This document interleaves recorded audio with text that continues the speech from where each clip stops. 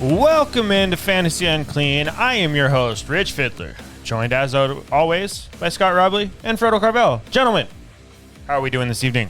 Excellent. We're doing good. I also almost knocked my beer over. Jesus, we only just started, man. Yeah, I guess I happen to be. You don't need that, right? No. Toss that over here.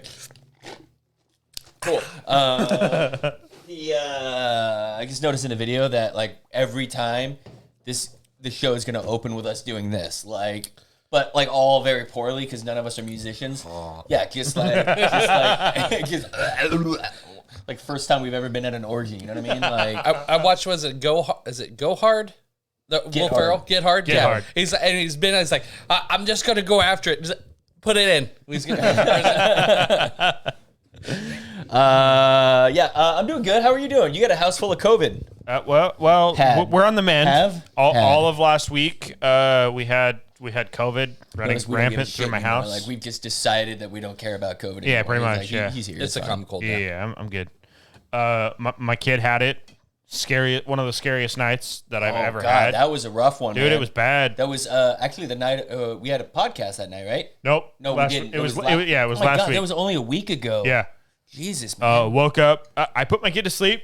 Totally fine. No symptoms whatsoever. Let's preface this with he was at my house for the last couple hours. Then that's home. true. We were at your house. And then we leave your house, and he had no symptoms at all that night. I'm roughhousing with him. I'm throwing around doing the uncle thing, right? Yeah, playing, having a good time. He goes to bed just fine. Wakes up 3 hours later, can barely fucking breathe.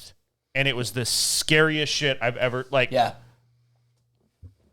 not panicked, but panicked. Yeah. Mm-hmm. Like, trying to keep everything together. My wife and I are throwing clothes on real quick. Yep. Trying to get him out the door. We grab our daughter as well, and I call Scott. That is important. I call Scott fucking middle of the night. He answers.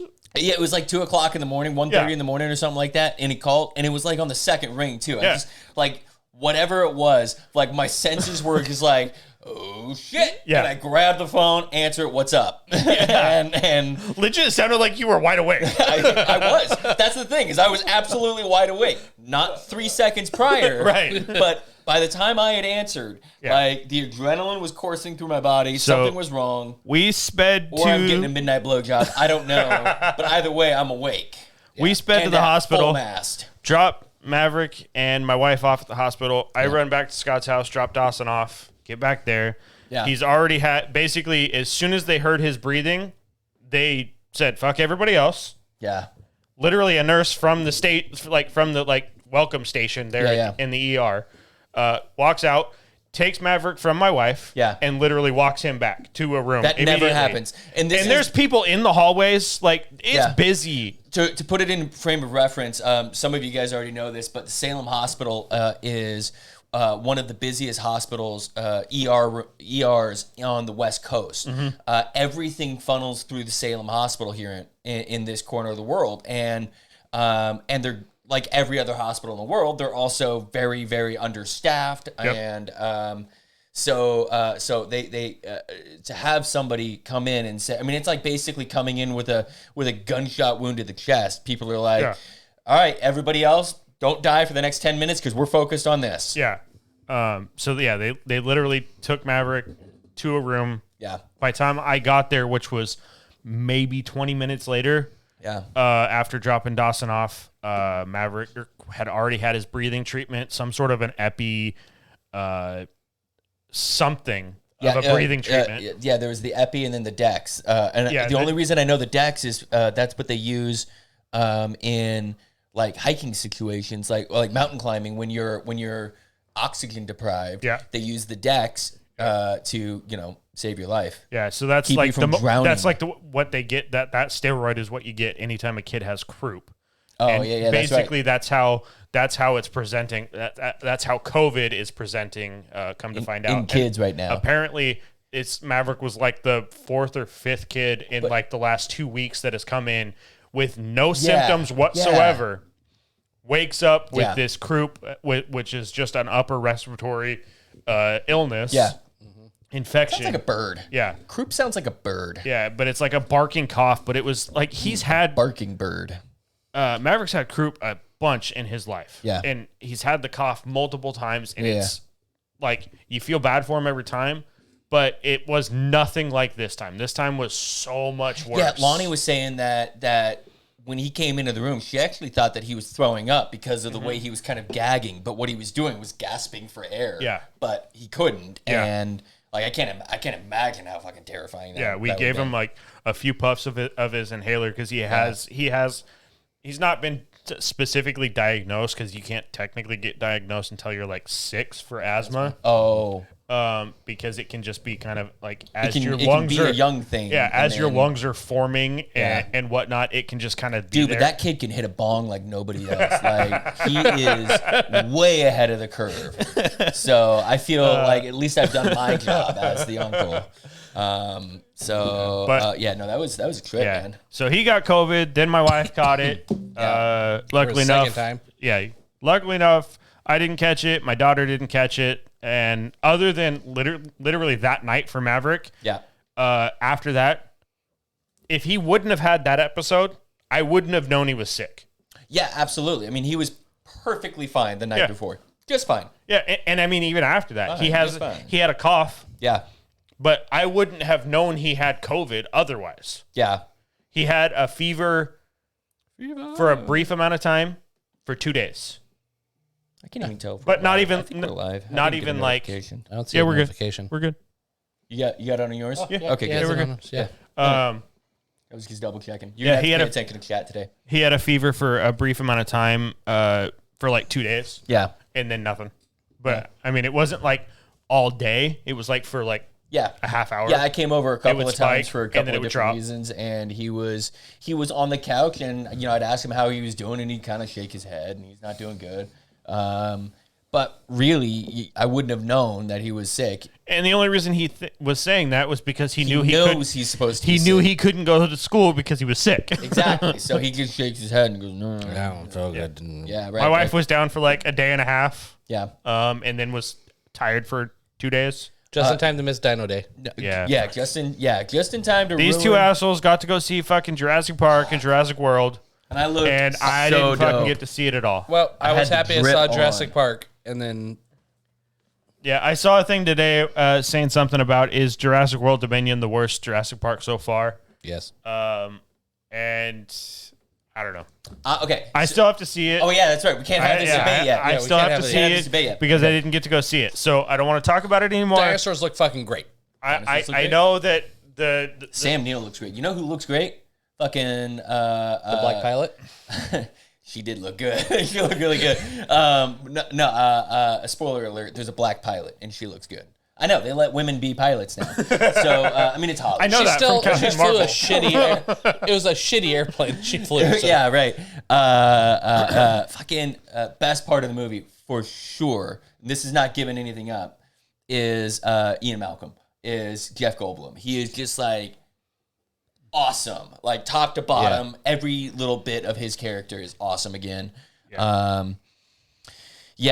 So what else? Oh yeah, and then you lost a Switch. Well, that's done. Okay, whatever. Is it timed off? I don't know. No, you shouldn't be. Yeah. whatever. Yeah. Who You gives a lost, shit? where'd your Switch go? I still don't know. They may have found it today. I'm not sure yet. Well, did you check the bathtub of the toilet like Nick asked? I didn't. I mean, I used the toilet and Okay. I didn't see it in there. So I don't believe that it was any of that. And then The Xbox probably went to sleep. it's not into that anymore. Okay then. Our light just randomly shut off. Oh yeah, we're supposed to have topics. Yeah, so we got some topics today to actually talk. I don't like Good job, guys. like football, rather than just like our bullshit. Yeah. What was it? Text to us? Was it in like it was on Facebook Messenger? Right? Yeah, I got it. We're good. Okay. I got it. We're good. We're good. So Antonio Gibson. Yeah. Soft tissue, right? Yeah, and the issue is we got flashing, maybe. That light's not gonna work right now. Okay. The outlet that I had it plugged into was an iPhone base, and I think there's too much wattage going through, or voltage, or whatever. I don't know, electricity. Yeah. Going through. Why is that flashing? What's flashing?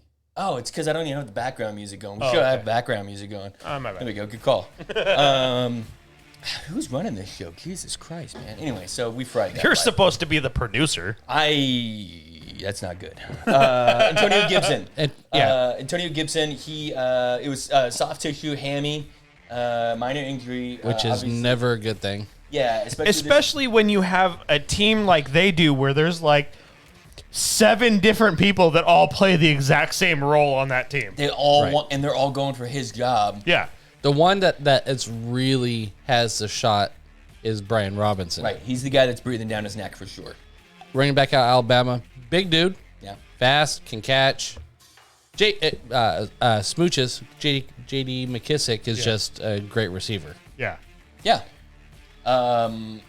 So I guess what you're keeping an eye on there is through the as we get close to redraft drafts, what we're looking for is our what's Brian Robinson doing from here. And if the hamstring is still affecting him by the time you get to actual training camp, which is training camp at the end of July, then it becomes concerning because then you had majority of June and then first part of July, which you're doing rehab and all that stuff. If you're still he's not gonna. It's gonna be a rough year for those owners. Yeah. Which I think I traded him away in Dynasty. I have him in Dynasty. Yeah, I traded him to you. Traded him to me, and I don't remember what that trade was about. Anyway, I'm still not disappointed. I'm obviously worried about it. When they picked up Brian Robinson, that's when I started getting worried about it. Renewing J.D. McKissick wasn't too big of a concern, although I wanted the Antonio Gibson. We were told that he was going to be a CMC style back. Well, he played a receiver in Memphis. And then... Is it Memphis?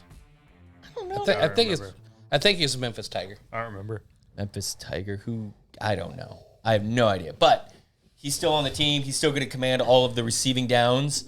And Brian Robinson is going to eat into both of their roles.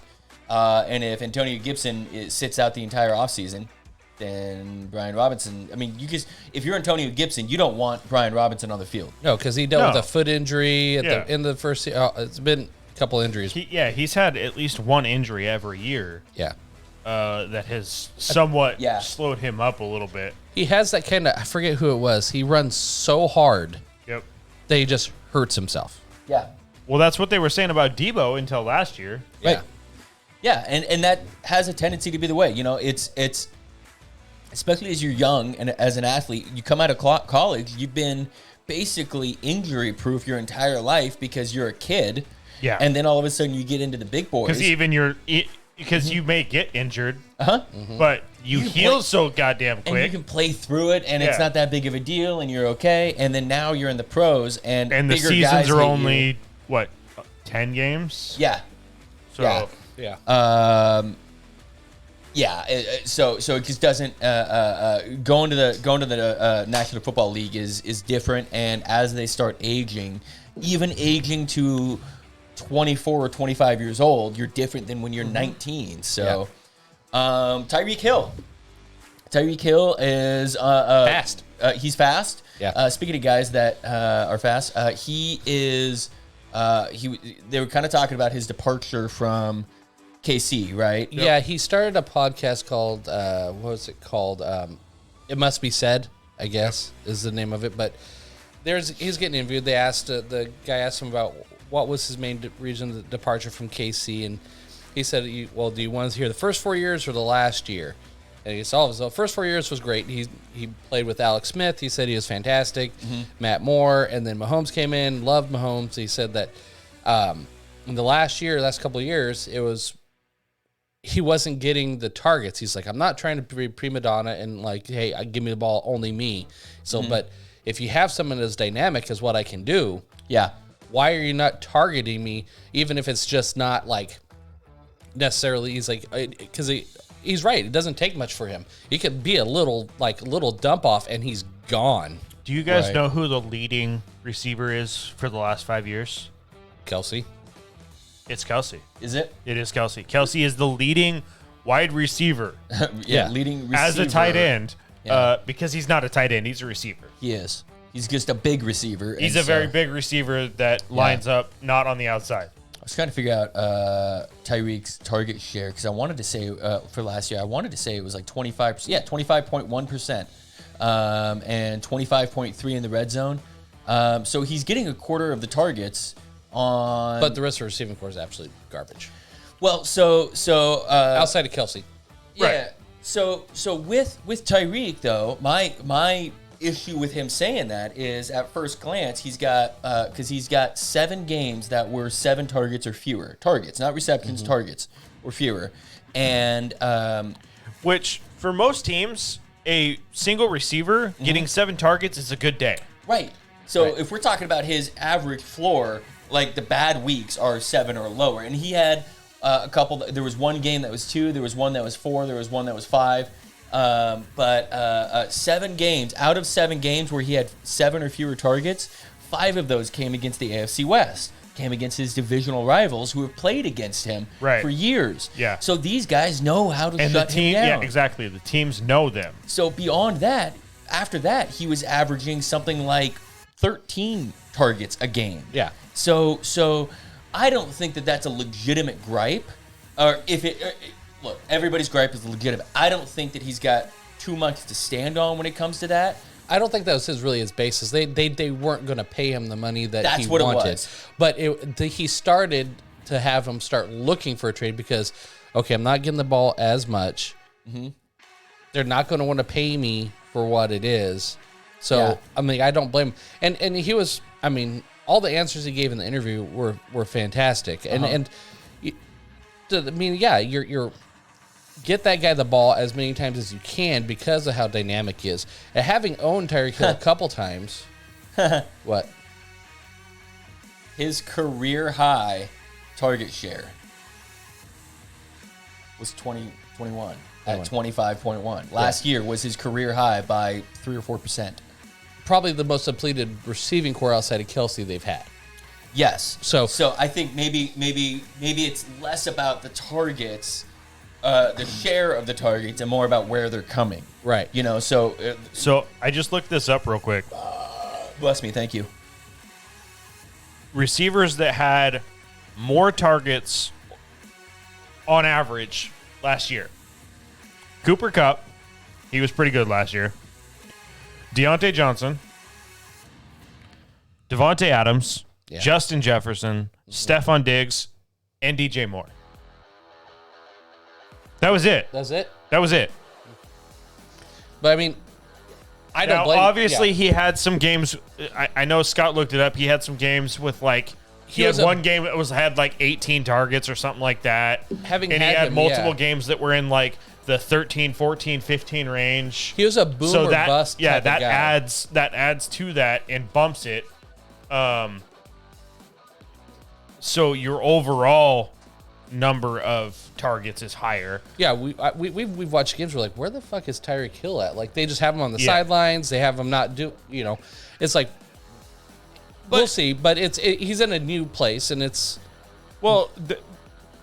this year I think will be better for him in the sense that, like Scott stated, his lower games were the ones against the AFC West teams. Yeah, we play the AFC West. Well, that's fine, but you also, even though you're playing the AFC West. Oh wait, no, only a couple of teams from there. Sorry. It no matter what, however many teams you guys play there, they can know Tyreek Hill. They're not going to know the Miami offense, right? And you have arguably just be a more diverse receiving core in Miami than there was in KC, but the big thing was Mahomes at quarterback was right. You know, he's going to torment you right now. God damn it! Whereas the past few years, the AFC West knew when they went against KC, it was Tyreek Hill, Travis Kelce, and Mahomes. That's what they had to worry about. Those three guys. That's what they had. Now, obviously, those three guys can cause a lot of fucking problems. Right. So, but you're playing in division games, and we know from playing in our teams playing in our division, those games are always different. It doesn't matter. Right. It doesn't matter if it's the worst team in your division or the best team in your division. Yeah. They can play at a completely different level when they're playing against a team they regularly play. Yeah. Look at Seattle and how they've been with the Rams when the Rams were terrible. Yep. And Seattle was amazing. Right. They lost to the Rams almost every time. Same thing with the Cardinals. The Cardinals have been good when the Seahawks have been bad. Right. And vice versa. And we still seem to just beat the shit out of each other every year. That's And one ever thing since like Kaepernick was the quarterback for the Niners, we haven't been able to beat Seattle until like last year. That's one thing I love about the fact that we have the Jets. They just suck all year round. They're at least consistent for us. You know what I mean? The one thing that I really when they did finally ask Tyreek Hill, who has the better arm? Yeah, this is the part For that I wanted to Mahomes get to. or Tua. And that was really like, okay, how honest this guy's going to be? Is he just blowing smoke up to his ass? Or There has to be some degree of that because you know that Tyreek and Patrick Mahomes are still going to be friends. Yeah. He said without a doubt, he's like, he said 15, but it's Mahomes, has the superior arm strength with no fucking shit. Yeah. But he said that Tua is way more accurate than Mahomes, which that's Tua's game. Yep. Yeah. He's Right. That he's was what he was exceptionally accurate. Right. That was the big plug on him coming out of college was how accurate he was. And they asked him, like, would you rather have the deep ball or right in the breadbasket? And he's like, I'd rather have it right in the breadbasket. He's like I did in the Buffalo game, and I took it 70 yards. He's like, if he hit me there in stride, I don't have to have a deep ball. I think like through like week 14 last year, Tua led the league when he had a clean pocket to throw from. Mm-hmm. Yeah. And as far as completion percentage. And he led the SEC when he was in college in deep ball throws.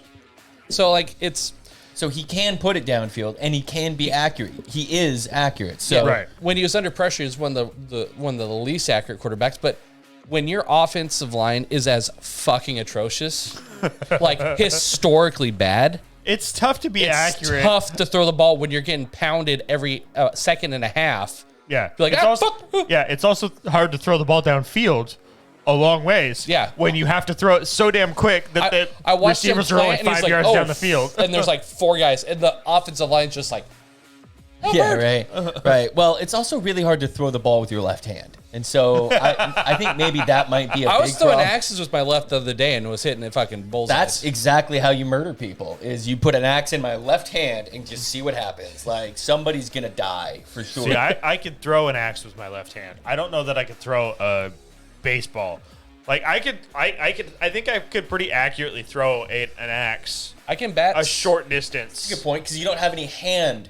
It's mostly just elbow Yeah, and it's just versus a flip. Whereas, versus you got to have touch on a football. Yeah.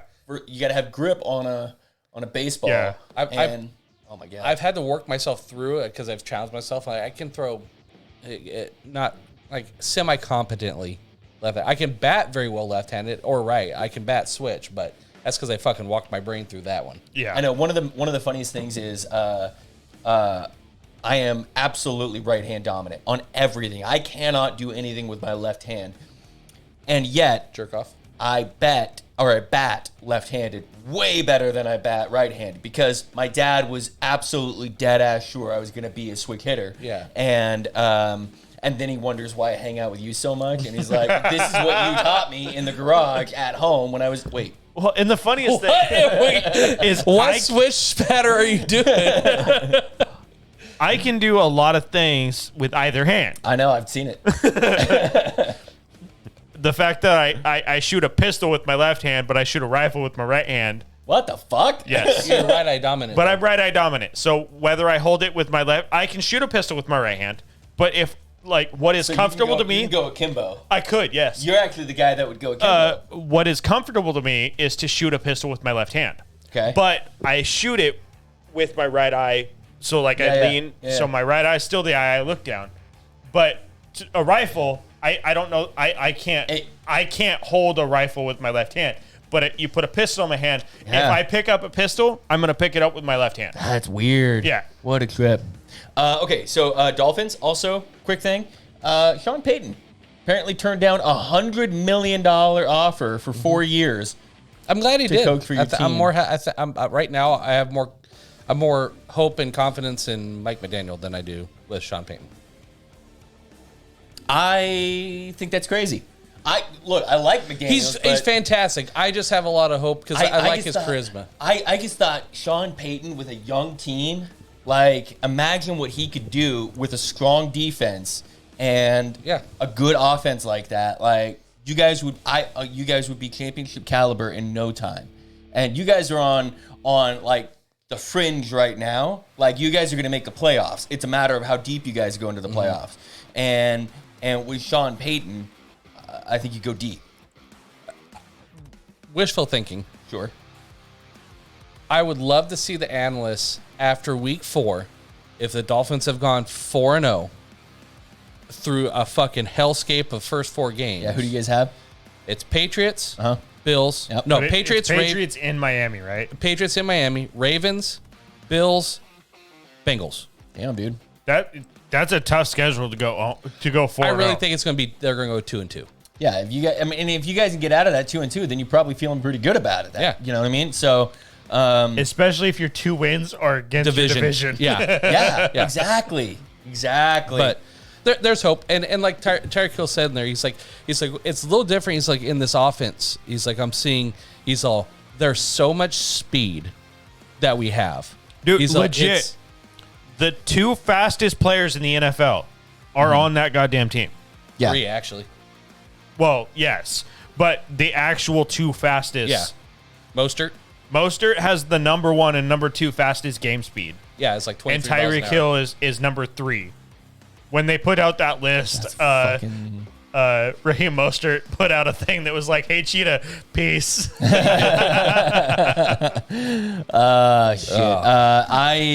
That's gonna be a really fun team to watch this year. It's gonna be super interesting to see how that goes. I mean, there's a lot of 49ers now with that team. Yeah. In the fact that you have the offensive coordinator from my team. Yep. You have one of my favorite running backs that have ever been on my team. Colonel Mustard. Yep. You have Trent alignment. Sherfield. Yep. So it's plus you have Tyreek Hill added into that. So it's going to be really interesting to see. And Chase Edmonds. I don't have the faith that you do in Tua. We've been clear on that since Tua came into the league. Right. But I'm interested to see, especially when they play each other. Yeah, and the shit show that they went through last year. Yeah. That's the part that's really upsetting. And also about the Sean Payton thing, like this is a perfect example of how the Rooney rule is not, the spirit is right. The effectiveness of it, you can't hold every situation to that, and this is a perfect example. Sean Payton's the best coach on the market. If he's on the market right now, he's the best coach on the market, and it has nothing to do with his skin color. No. Now, maybe leading up to the position that he's in right now, he's gotten advantages at different schools, at different positions, at different whatever, and so he got the job. But as far as the NFL experience and longevity and everything else goes, yes, he is. He's the guy right now that should absolutely have the job over most people in the world. Yeah. If Bill Belichick hit the open market, do you think anybody's interviewing anybody else? Yeah. Do you think anybody's mad if Bill Belichick gets hired over? Walks in and takes a job. Yeah. If like it comes down to him and whatever black guy it is or black female. Or Mexican or gay or whatever. Sure. You know? Yeah. I mean, it's not just, but yeah. But that's mostly what it is. It's mostly what it is. That's mostly what it is. Yeah. But if it came down to those two and a team chose Bill Belichick, nobody's going to be mad at that point. Right. No. Right. It's all people are mad that the Flores Dolphins got kicked out. Well, yeah, that the Dolphins did what they did, firing Flores, which I think we all agree That was a bad move. That was a bad move. Yeah, we all liked Flores there. We might like I think what they're how they did it. Yeah. We Specifically might how like they we did might it. like who they have as a coach Yeah. now. But the way they got rid of Flores, whether Yes. it was a lack of Internal strife, I think, what exactly. did it. Yeah. It's just Which causes a lot of issues. I mean, there's no doubt about it. But Flores was a good coach. Hey, I you think. know what? Did you see- perfect time? Let's pour don't- one out for our buddy Flores. I don't think there's a perfect time for anything. There is a perfect time for Flores. can I just pour this in here? I'd rather do a can't. You fucking do whatever you smelling want. salt. You just toss it back and be a man about it. What are you doing? That's so weird. That's gonna be disgusting. Cheers. All right, cheers. Cheers. Cheers, genitals. Cheers, sort of. All right, so Tony Pollard has come out today that Tony Pollard is going to get more So much easier with that. work. Yeah. Sorry. Yeah. Real you quick. You got another thought? So Jakeem Grant is it Jakeem Grant? I don't know. I've never heard that name. before in my life. Dolphins won their punt returners or Isaiah 4 or oh no, I can't remember. Sorry, man. We got to get you a better alcohol out here. You just can't. You're gonna have to get. Something I forget his name. Anyway, it was one of he was one of the like slot receivers last year. Okay. And punt returner. I think it was Isaiah Ford maybe. Okay. Or he's been around the league a little while. Okay. He said last year was easily the weirdest year he's ever played football in. He's like they weren't allowed to talk when they're walking out of the game. They had to walk single file. Coach made them walk Really? single file. They couldn't laugh. They couldn't talk. It was all like he's Like Flores. the Flores. He said it was just like on pins and needles the entire time. That's not a good recipe. Was that a COVID response? Was that a discipline response? Was Discipline that and coach? Is that what he's trying to do? Is he's trying to be the? It was like he was running like military, and he's Yeah. like that doesn't work for football. And to a certain degree, like that. To a certain degree, yeah, for sure. All right, so Tony Pollard came out today that he's expected to get a lot more work. We've heard a couple of times now in this offseason that Tony Pollard's going to be the guy that's going to get a lot more work. But we have a little bit clearer shot on that now because it sounds like Tony Pollard is going to be taking reps as a wide receiver. He's currently in practice taking reps as a slot receiver. So how does this impact Zeke? I mean, because the whole offseason storyline is Zeke gonna get shares taken away from him, carries taken away from him, and there's a lot of people who believe that Tony Pollard is the future, and so they're gonna move on to him this year. We've had that conversation a couple of times now, but yeah, so. He was starting to branch and cut into Zeke's time last year. And I Right. think you hear all the hype, like, oh, Zeke's mad, like he's running angry, he's going to really come in this year. Sure. But Tony Pollard just showed you how flexible and diverse he was. And I think if there's any Zeke injury this year, I think it's over for Zeke. The way that I look at it, and He's too expensive. Yeah, there's no question about it. It's the worst contract in football in terms of I don't know. Deshaun Watson's pretty Deshaun bad. Watson, probably Yeah. the worst. We'll get into that. running back contract. Yes. He likes bareback. The one thing that I see with this, when they say that he's taking reps at slot, the way that I see it is, I see it as that's a possibility that Zeke will have more time in the backfield, but he will be more of a blocker. And that's been the downside of Tony Pollard in the first place. And that's why Zeke played so much hurt last year. They came out and said it. Tony Pollard is not a blocker. He cannot block. No. Right. Zeke can block. He's very good at blocking. Right. The downside of that is that means that Zeke has no value as a pass catcher. Right.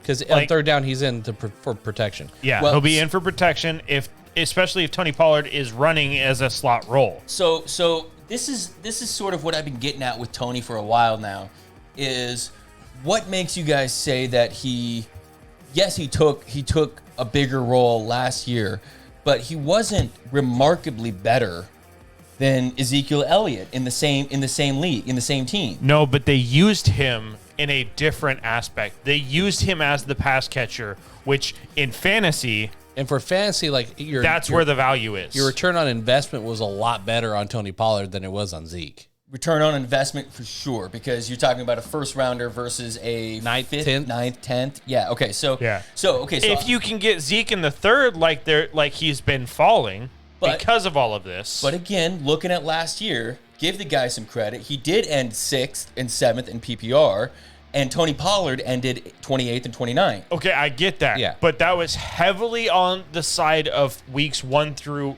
6 or 7. Maybe. Because after that, it dropped off hard. You are in the mindset of you had Zeke in those first 7 weeks last year. I'm not stuck in that mindset. But what I am getting at is I don't think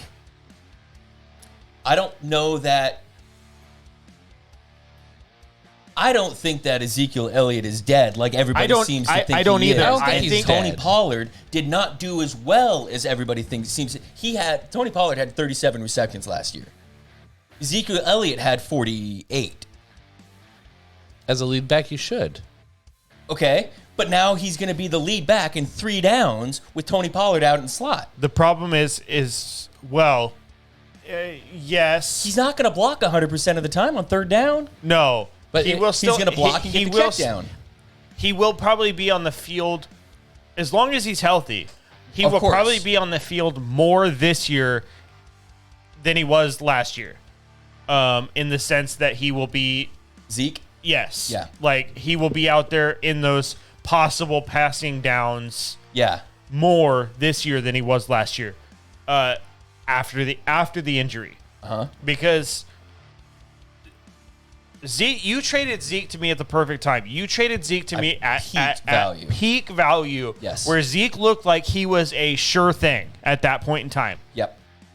And then after the bye week, things dropped off massively. Yes, Zeke still finished very strong. He had, after the bye week, he had 11, 12 points. So before the bye week, he opened the season with a 6-point dud. Then he had his run, which was 18 points, 26 points, 20 points, 25, 19 points.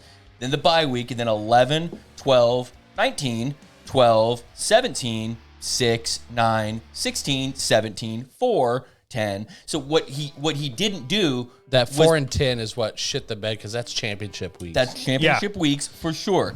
But what you're supposed to get out of a first round running back is consistency, and you didn't get that from him last year. And that possibility of that 20+ point game. Sure. From a first round. And again, for me, this is again a style, and we talk about this a lot in our best practices podcast, which we're going to have early August, I think, week 1 preseason, give or take. We're going to go over our favorite formats, our favorite platforms that we go to, our data sources, all sorts of things.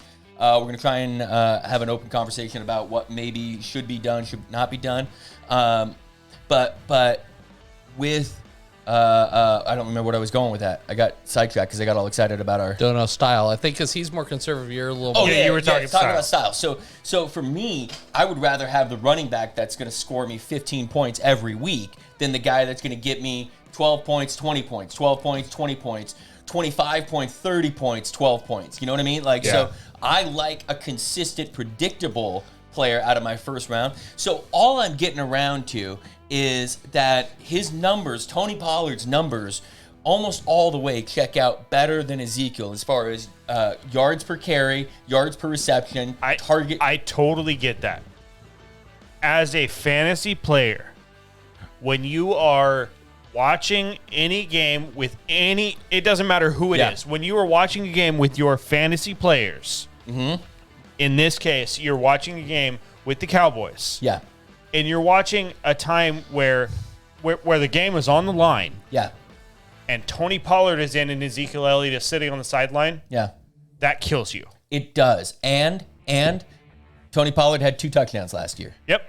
No, I'm not. So I'm not saying that it's an issue. I'm saying that the Cowboys used Tony Pollard in in spots where you go, this should be a spot where Zeke is in.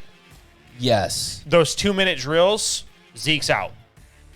All the way to the red zone?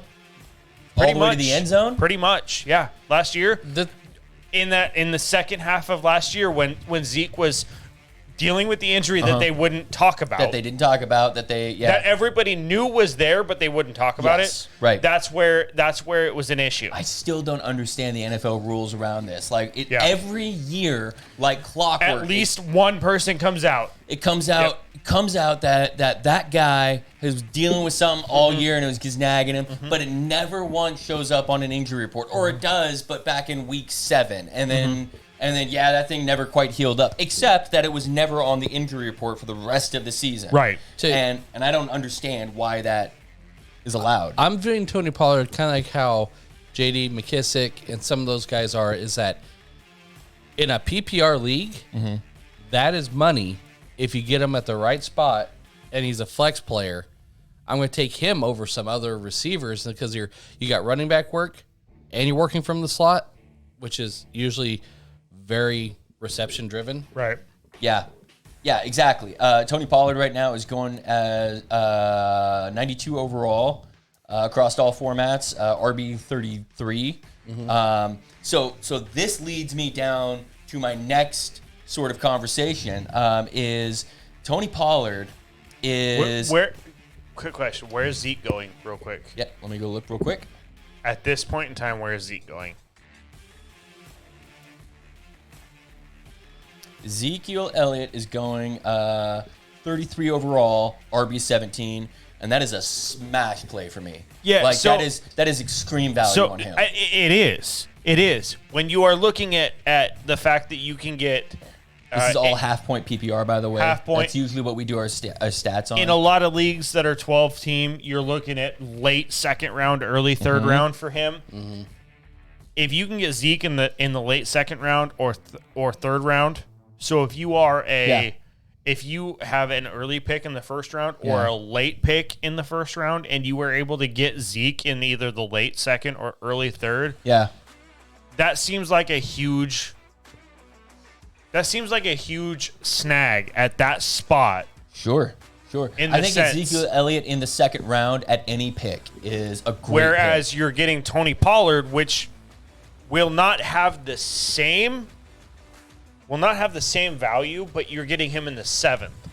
So he's not going to have anywhere close to the same value. Let's be clear about that. Even with his upside. So this takes me right into my next conversation that I wanted to have with you guys about, which is the Deebo Samuel Cordero Patterson.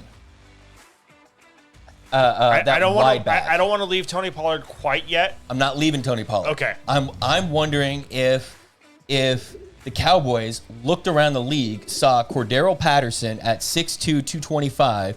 They looked around and they saw Deebo Samuel 6 foot at 220.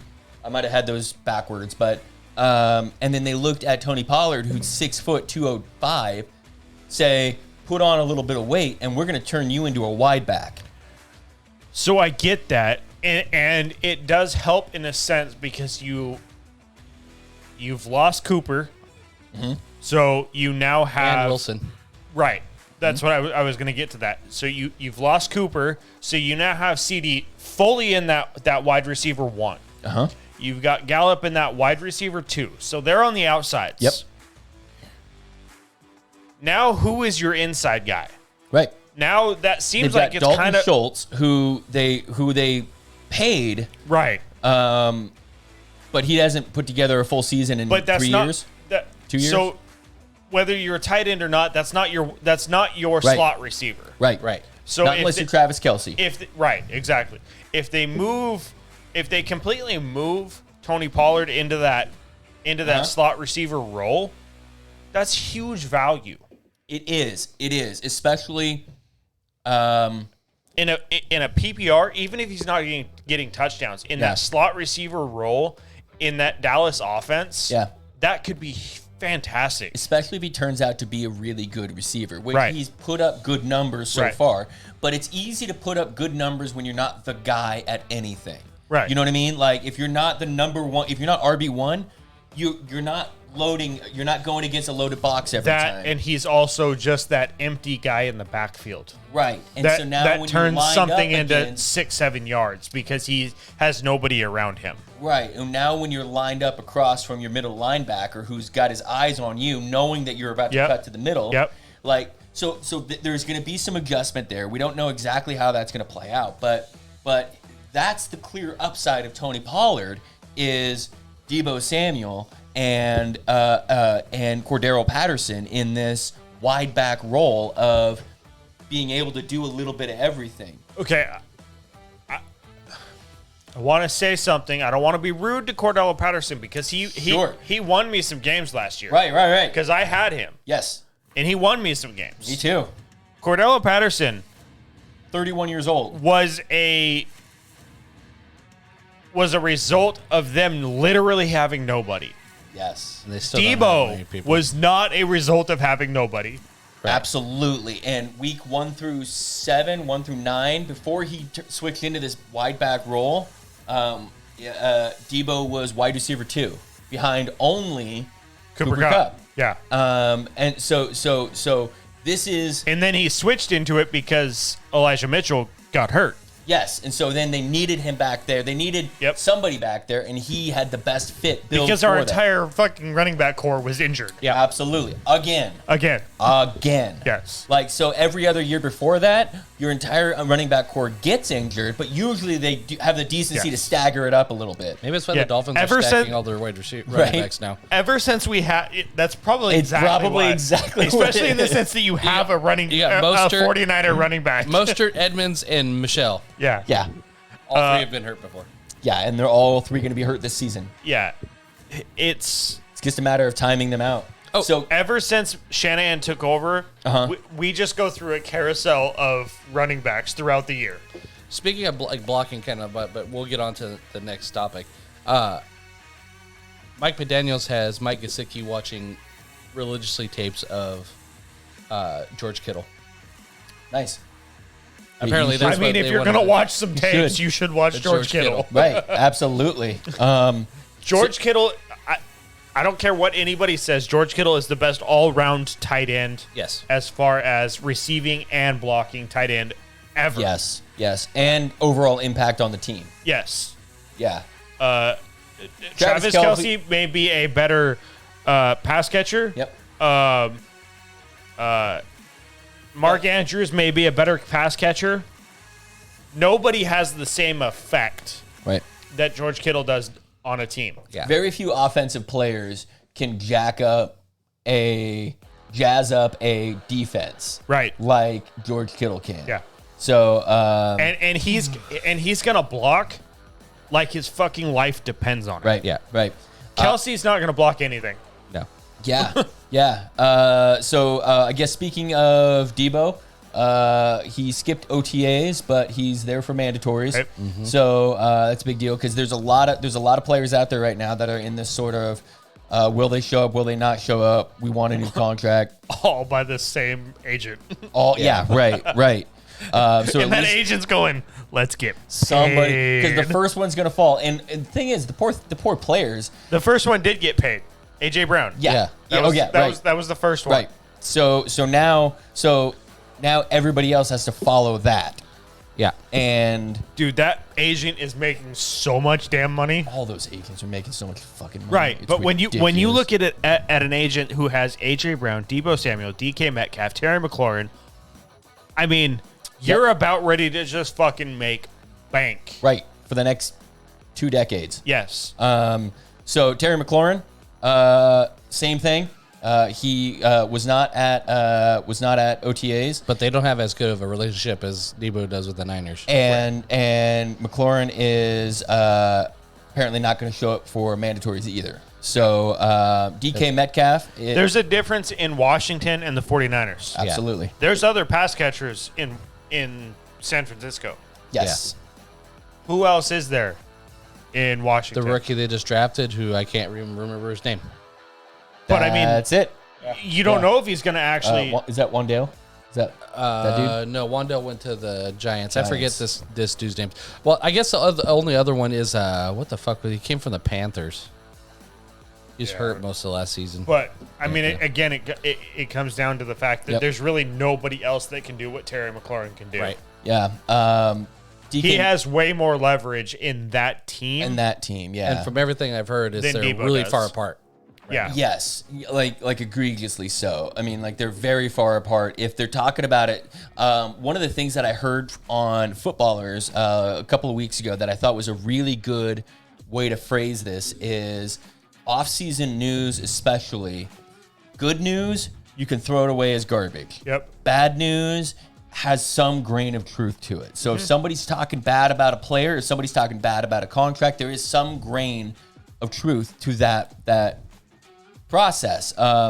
So in a sense, because you think about how much publicity Debo got because he was what he did last year. yeah, And there was all this publicity about Debo not wanting to be with the 49ers. right, Now he's there. Yep. He's in pads. right. He's training. Right. He's and there are two different philosophies that players can take. And that's the one that the fans like, which is I'm going to complain, I'm going to get my opinion out there, but at the end of the day I'm going to show up and I'm going to roll up my sleeves, I'm going to go to work. Right. And now when the season comes around, maybe that changes. Right. Or when he breaks his leg on the field without a new contract and he flips off the coach, fans are going to turn on him pretty quickly. Thomas the Train style. Thomas the Train style. So, yay, sports. Amanda's back on. Hold her. Come on, ride the train. So, And ride it out. yeah. So, DK is also in the same position of he missed many the OTAs, but he's down in California. I've heard reports that he was excused for rehab. He also got fined. It was like $93,000. They could have, but I that's the thing. I'm hearing mixed reports in terms of some people are saying that it's excused, some people are saying that it's not. It doesn't really matter because at the end of the day, it's the same situation as the other two guys. Both these guys are young, they're at their peak value right now, and they want to get paid. Terry Right. McLaurin might not be at his peak value right now. No. After last year, right. it was a rough year. Right. Now- right. And not all of that was his fault. And Exactly. We understand Exactly. that. But and his agent's going to make sure that everybody in the world knows that. But DK Metcalf is now the only blue chip offensive weapon in Seattle. Debo has the fan base behind him, and they have and the arguments against him being valuable as a wide receiver only is flat out wrong with the first 7, 8, 9 games last season.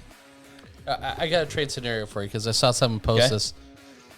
Because there's been trade rumors of the Titans wanting DK, Okay. even though they just had his teammate and they traded him Right. away. How would you feel if they trade DK Metcalf to the Titans for Derrick Henry? And a first.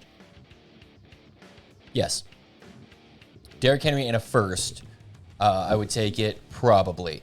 The problem is you're going to get a couple years rental at best out of Derrick Henry, yeah. right? And so and if we had our quarterback situation locked up, if we had, throw in Tannehill, Henry, and a first, and that's the deal I want, because now I've got an established quarterback, and I've got a blue chip running back for the next couple of years. I've got a decent offensive line right now, and I've got a strong defense. I think our defense is going to be sneaky this year. And I saw a stat the other day that said percentage of playoff wins with without a top 10 defense. At the top of the list was 100% of his wins without a top 10 defense, Patrick Mahomes. Yeah. At the bottom of this list, Tom Brady with 11% Yep. of his playoff Jesus. wins Yeah. are without a top 10 defense, meaning he's got a top 10 defense 90 or 89% of the time. Right. Which is this defense wins championships. Bill Belichick is arguably the best offensive and defensive coach of all all around time. coach of all time. Yes. Probably, I don't even know if it's arguable anymore. It's really not. Yeah. I don't think it is. I mean, the guy's just gold. Yeah. He turns players that don't work on other teams into players that work phenomenal in his in his scheme. I saw another stat line that was talking about it was Pro Football Focus had rated coaches, and the way they had rated them was the talent that is on the team, what they have to work with compared to their results. And so so the idea being that if you gave them all the exact same team, who's going to do better, right? And at the top of the list was Belichick. And then I don't remember the top 5 in any order. And all I remember are the last two. Last two were Pete Carroll and then Cliff Kingsbury, which I thought was wild that he gets in there. I think it was Sean McVay. I think it was Bill Belichick, Sean McVay, Shanahan, and was just outside of the top 5. But anyway, it was no. Sean McVay was outside the top 5 too. It was Shanahan and McVay rounded out 6 and 7 or something like that. And so counter. Okay. So Cliff Kingsbury being a top 5 coach based on what he's done so far is a little bit wild to me. Yeah. It's super wild because he's had a consistency in his college career and in his NFL career.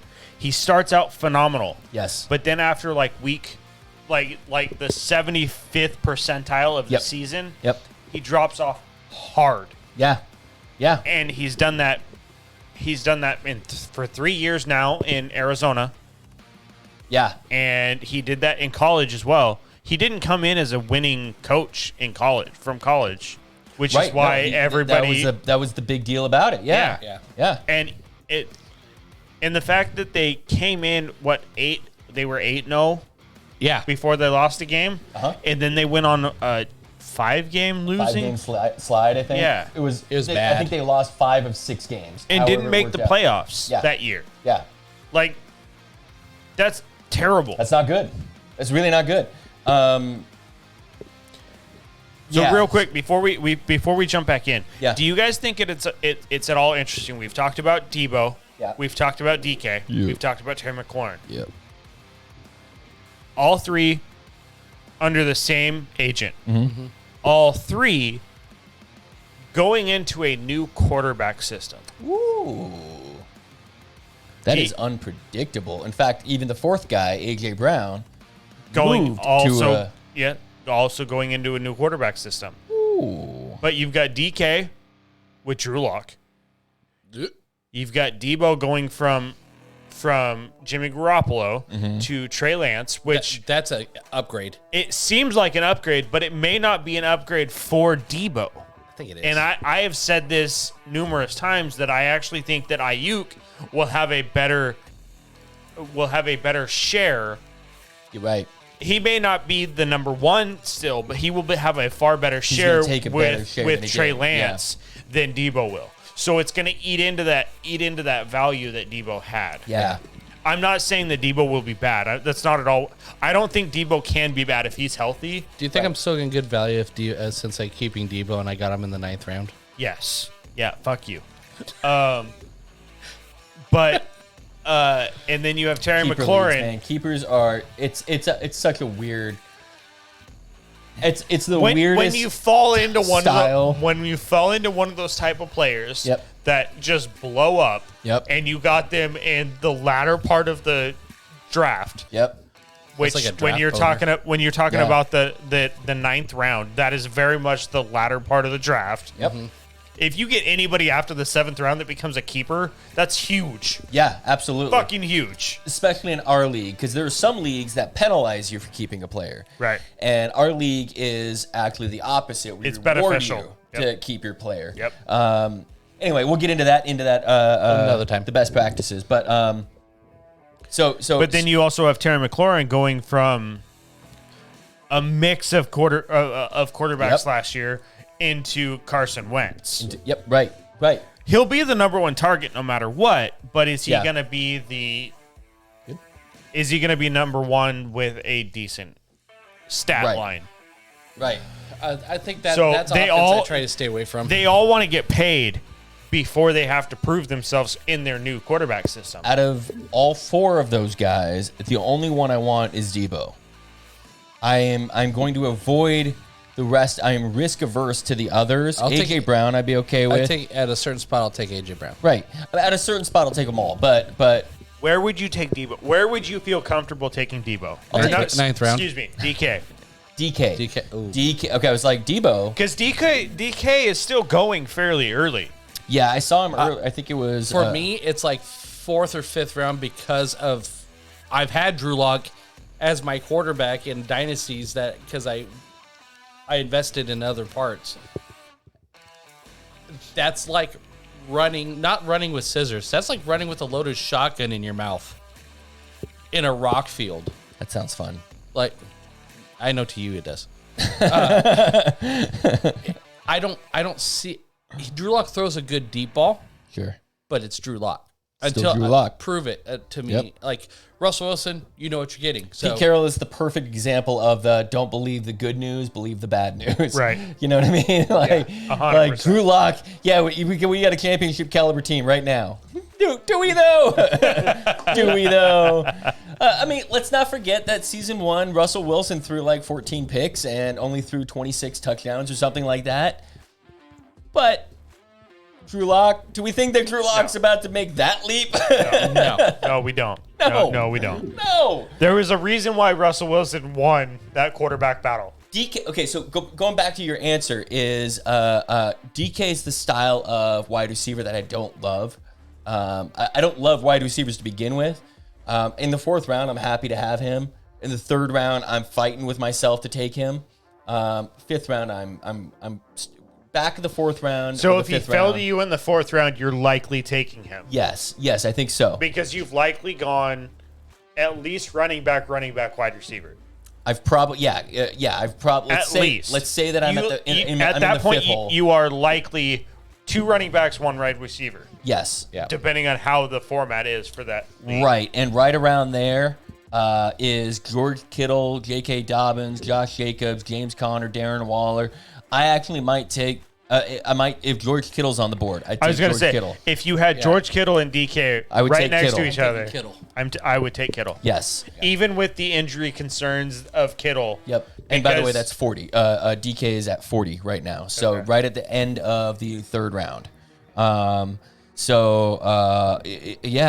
okay with that. I wanted to look up Terry real quick. Scary Terry. He has to be going way back. So not way back. He's only going 6 places back at 46.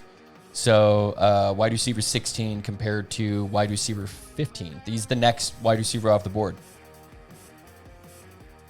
So jumping completely out of football for a quick moment. Let's do it.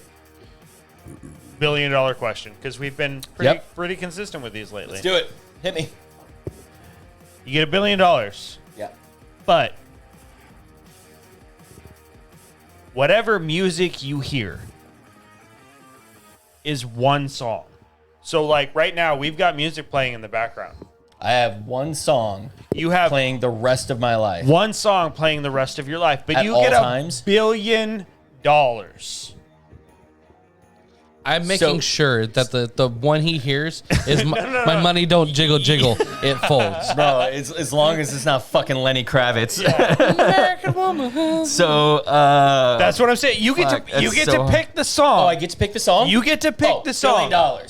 You get to pick the song, but that is the only song you hear for the rest of your life. It doesn't matter if somebody is fucking playing a goddamn piano. Yeah. That is the music you hear. Yep. For the rest of your life. One song. I'd do that for $100,000. Fucking $1 billion. So if you're going to take the $1 billion, what song is it?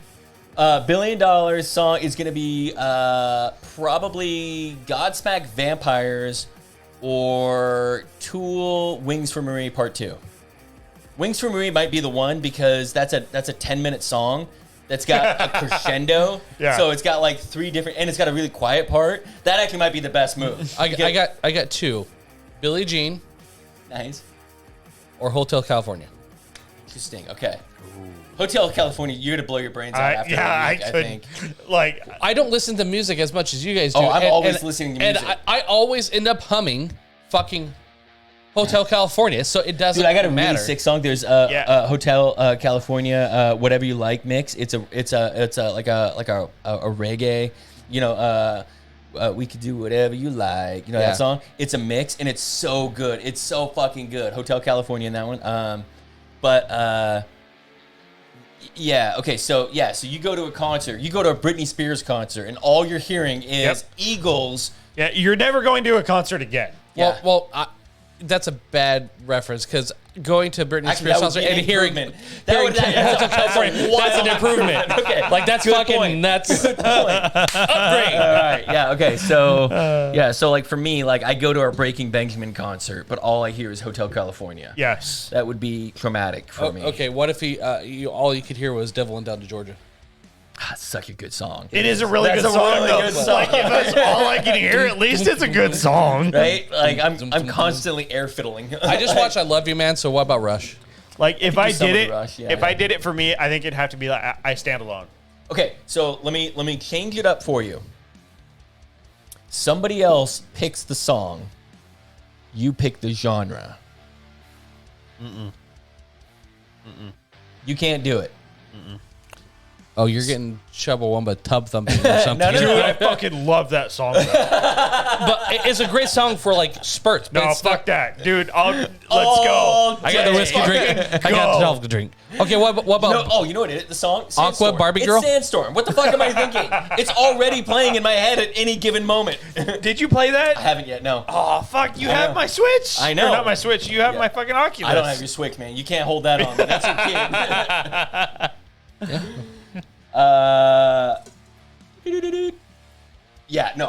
So if somebody else picks, if you pick the genre, so I'm not getting Chumbawamba because I'm gonna pick.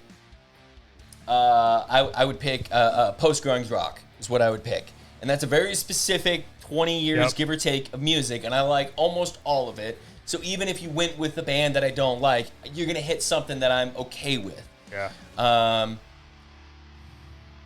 But if we invert that, so I'd probably be okay taking it if I get to pick the genre. But if you invert that, I get to pick the song, but you get to pick the genre. Yeah. That I might have a problem with. country? I can. If you keep it broad as country, I'm Like good. any country song. Modern- Thunder rolls, baby. No, Yeah. modern For country. the rest of my life. Modern This country, decade. Scott couldn't do. I've never heard a modern country song. Scott couldn't do it. Nope. No. That's the quickest way to suicide myself. If you just said country, Scott's fine. Yeah. Right. Because it's gonna be Thunder Rolls no matter what. Yes. Or rodeo. Honestly, rodeo. Rodeo's great, Slaps, but dude. I'm taking. If you pick it's country, anything it's Monday Night outside Football. of Garth Brooks for Scott, he's fucking Garth out. Brooks between on his greatest What hits about album. Hank Williams Jr.'s Monday Night Football theme? Nope. Hard pass. Nope. You ready for some football? Nope. He makes me hate football. Scott hates country music outside of Garth Brooks. Yeah. Okay, so I actually put together this fucking fire playlist lately. Yeah, and I say that with full enthusiasm. For a slow season, we're gonna have like a Fire. 3-hour podcast. Yeah. I know, We right? are. Right, but so I started putting together. Somebody asked me to put together a road trip playlist for them, and I'm like, "Fuck, all right, that's a really, I mean, like, it's an honor, right? Like, somebody asks you to put together 8 hours of music, like, that's a fucking like, I take that You're job more putting seriously. together a fucking mixtape right now. Yes, You're going straight like fucking middle school mixtape I am right now. recording off the radio. I take this job more seriously than I take being a godfather to your kids. like they're giving okay, so she was like, I need 8 hours of road trip music. And fucking like 36 hours later, I had 20 hours of music on a playlist for her. But I've been listening to that playlist nonstop for the last 2 weeks, and it's so fucking good. Like, it's got 90s country music in there, it's got 2000 pop in there, it's got grunge, it's got rock, it's got classic rock, it's got It's got Elton John on there. Like it is so eclectic. It's and everything awesome. ADHD that you could possibly Fucking ask right for. here, baby. Just put into a playlist, and there are 380 songs on there, There was all hand-picked. Yeah, it's not by like me. It's not like you picked a CD. Right, and no, not a single artist has more than 3 songs on the list. That's impressive. Fucking hard, dude. Like, I went hard at this.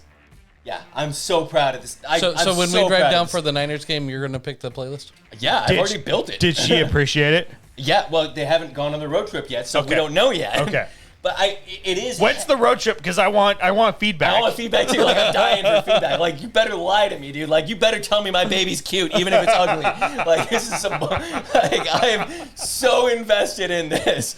No, I told her, I was like, look, this is very heavy on the Scott Robley influenced music. Like, it's got a lot of post grunge or grunge, but even with that, I've spread out from there, and I took her taste into account. How did you only pick 3 Eminem songs? It was very difficult. How did I only pick 3 Chevelle songs? How did I only pick 3 Nirvana songs? How did I pick only 3 Metallica songs? And what I didn't do is I stayed away from the greatest hits. Like, I didn't want there to all be greatest hits. I could easily pick 3 Nirvana songs. Yes. I could have a really hard time picking only 3 Godsmack songs. Pick 3 Linkin Park songs. Nobody's Listening is the number one. That's 100% that was on the list. That might have been the actual first song on the list. That's the first song I'm going to no matter what when it comes to Linkin Park. I have to choose Crawling because that's what got me into Linkin Park. That might have gotten you place. into music to begin with. It really did, yeah. Yeah. 3 Doors Down, Kryptonite for me. And then maybe like Rex and Effects. No. No, it was Smashing Pumpkins. What the fuck was it? maybe Paper Cut.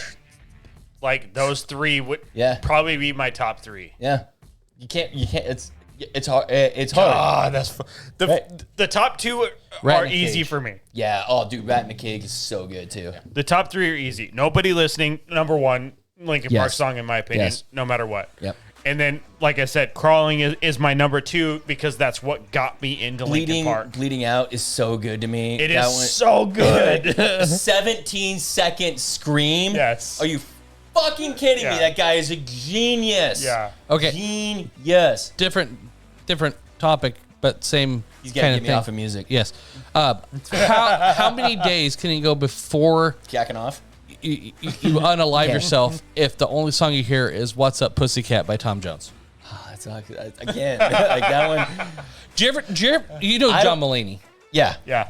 Yes. When he bought Yep. out the jukebox Yep. and they fucking unplugged it after 6 times. Yes, that is my dream now. Look, okay, so I don't think I'd get to the point where I'd kill myself because I am sure that other people would kill me first. Because there's no way that if I'm listening to What's that, up, pussycat? imagine me in the middle of a concert, in the middle of a concert in a mosh pit, going, "What's up, pussycat? Whoa, whoa, whoa!" You know, as I'm just throwing bows and shit and fucking crowd surfing, like. What if somebody asked It's me like to Saving sing Silverman. the We're all national dressed up anthem? like Neil Diamond or something. What was that? Singing "What's Up, Pussycat." Yeah. It's like Saving Silverman when they all on the Neil Diamond, they all dress Yes. up. Yeah. All right. So I guess we should get back to some football here now that he's left. I don't know. I had some things that I want to talk to, I guess. But okay. So let's ask you this real quick. Who do you trust more right now at their current ADP? Okay. So Cordero Patterson at 89 or Deebo Samuel at 18. Debo. You would rather have Deebo in the second round than Cordero. Even though Cordero has no competition. He does now.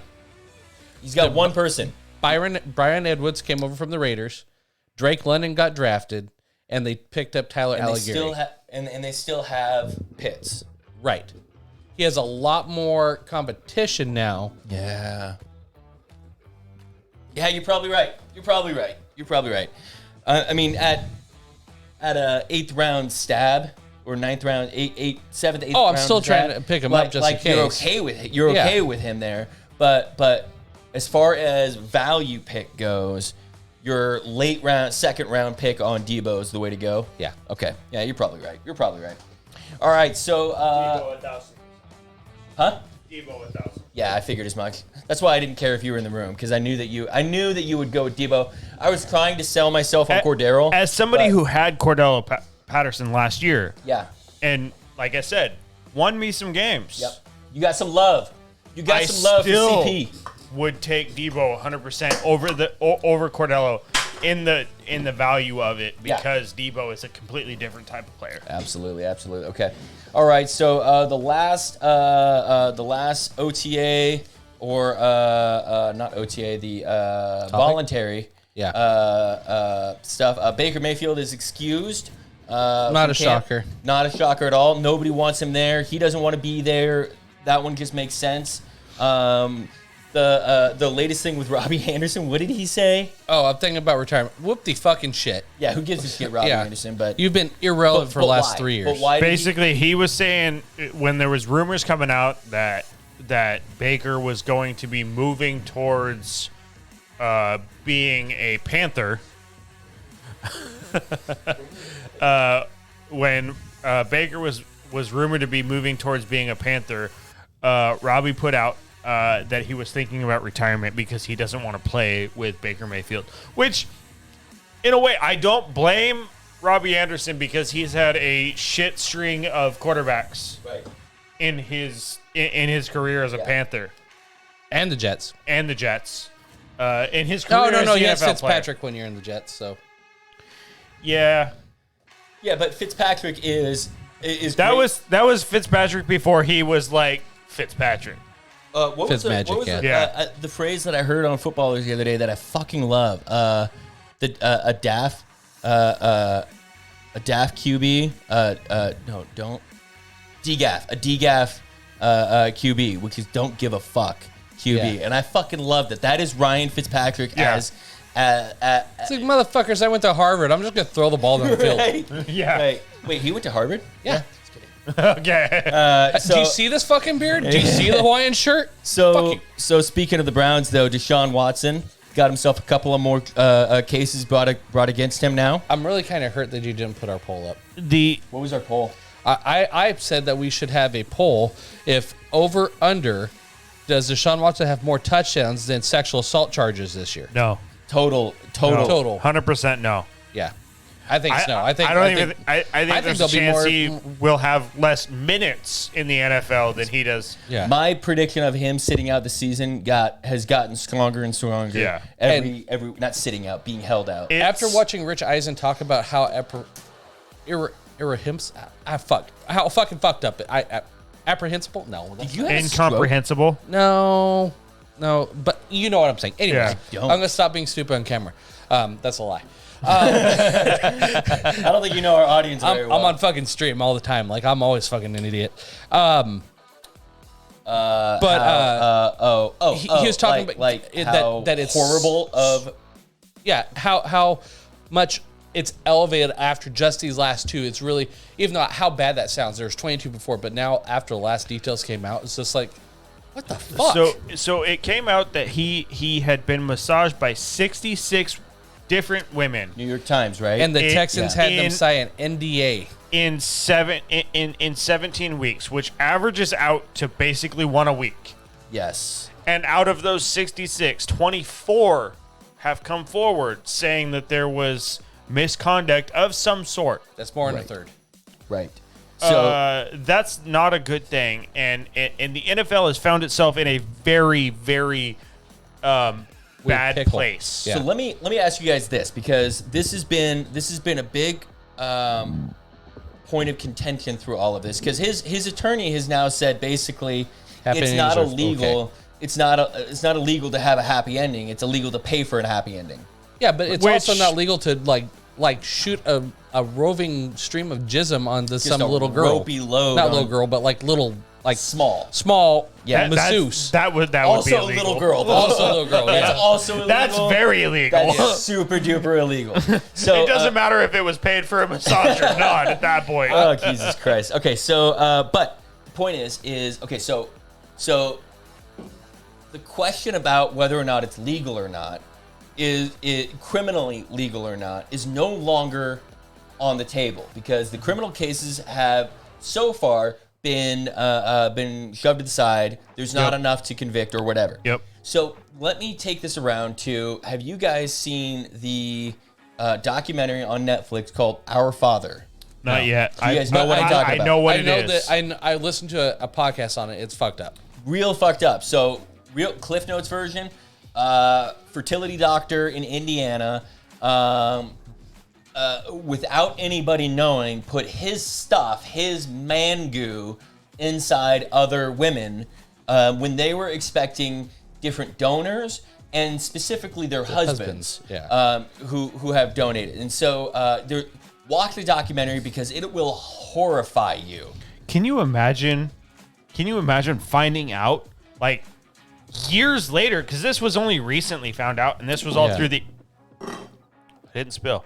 This was only through the 80s, or this was through the 80s. He did it through the 80s and 90s. Yeah, and this was only recently found out in like After the Ancestry and Me mid or whatever. 2000s into the 2010s. Yep. That this was even a thing. No joke. I got a Facebook message from a random ass dude today who was like, "Hey, have you done 23andMe? Do you know Jackie Robley? Because it says here that I'm related to Scott Robley, but my dad doesn't know his mom, and he never talks about her, so we don't know anything about her side of the family." And I'm like, "Fuck, dude, I want to know now. Like, I need to know, dude." Okay, so Our Father. Rich doesn't have to worry about that. All his kids definitely don't need paternity all tests. look like him. They act like me, but they look like him. So True. It's like when you copy an avatar in a video game and just start dude, and his dad, he looks just like his dad, dude. Like, you guys have like some I don't strong think ass I've met genes. your dad. You have. It looks like him. You just didn't notice. Okay. It's him, but 6 feet tall. Okay. Okay. So Yes, I have. He Our gave the Father. shot. Our Father. So this guy, he's a fertility doctor. He puts his jizz in other people, and then they have his babies, and he doesn't tell anybody. Real fucked up part is he ended up being one of their gynecologist doctors. So he was his own daughter's gynecologist, doing her upstairs and downstairs checks. Without her knowledge of him being related to her, but he knew. Did he?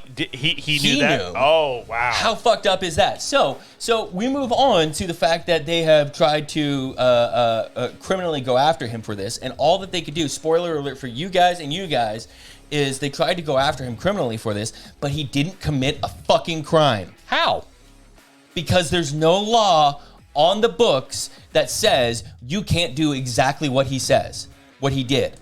So here's the thing. They finally created that law, right? Of course they did. Well, now because you didn't, but you can't. But he can't be tried for it. Right. So they created that law, and that law is now in force in fucking Indiana only.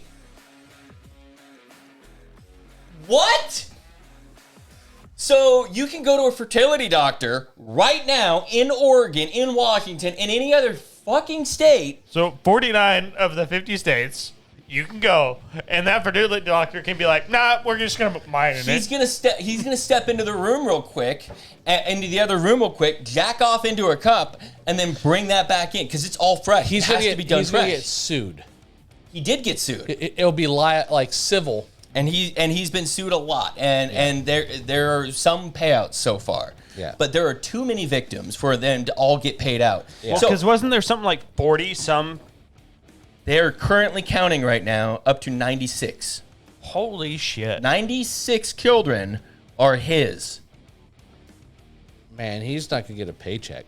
Dude, that guy and That's a lot of child support. And he didn't do anything illegal. So He did a lot of things wrong. So He didn't do anything illegal. Here's my point. Deshaun Watson. What if he didn't do anything illegal? But we all know it's fucking wrong. There's a difference between legal and then there's more illegal, and corporations and companies can choose the moral high ground. And but Right, they can but- also choose to ignore the moral high ground like the Right. Browns have done so But far. I don't Right. think anymore in this society. Like, there's going to be it's as you're seeing things starting to steamroll a little bit. I This- disagree completely. We talked to Jake, who I respect as a person, who absolutely is like, nah, we got our quarterback. We're fine. Well, I see his point because they have sucked so bad I get for it. so long. I do. I absolutely get it. And so this is legit. This whole thing is legit going to come down to the NFL. yes, it will. Because if the NFL literally brushes this under the rug and lets him play this year, that is 100% telling on how this is being handled. Right, and if he plays this year, when and you then have the gets NFL banned next year, but he's already made $200 million or whatever. I don't know. He doesn't even actually make that much this year. No, he only makes because they million. because they pushed it out, Right. knowing that there's a good possibility he doesn't play it all this year. Right. So they pushed it out. So because the Browns know that what they did was fucked up. Yeah. Like, that's how you know that they did something kind of fucked up. I have heard that they structure. Excuse me, my speaking bit has been spilled out there for a little bit. I have heard that they do structure a lot of their contracts that way. Not all of them, but very suspiciously this one. This one specifically, there's no out Right. for the Browns. Right. It's There's guaranteed. In most cases there are outs, and the only way this is an out is after not this year and next year, but in 2024. So 2022 and then 2023, which is a big payday, are fully guaranteed. There is no out for the Browns. And the contract also holds in there that he cannot be penalized for past actions. Right. So anything that he is being being brought up currently, if it happened before he signed his contract. So he signed his contract, so it'd be the two newest. but those were all from They before. happened before. But So he wasn't.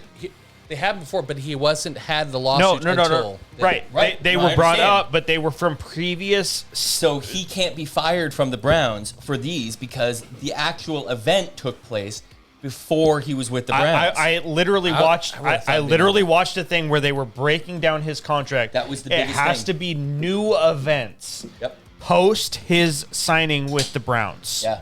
As a Browns, I would be fucking trying to just have an undercover sting and have him fucking do it Dude, again. I am so embarrassed for the Browns fans. Like you guys, Yeah. I'm on record on this. I don't need to go down the rabbit hole again.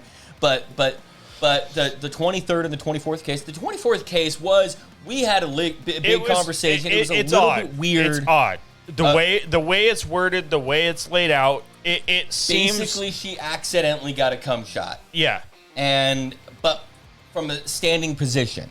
Yeah. So he was So the idea is that maybe he was standing.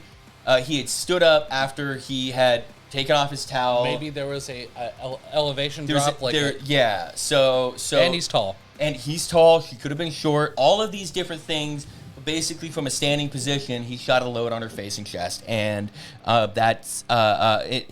So as it's described, it's just weird in that I don't know how you do that accidentally, but I do know how you can do that in terms of intimidation. So if she felt intimidated and then felt like she was forced to her knees without actually being forced to her knees, if you haven't watched the morning show, watch season 1.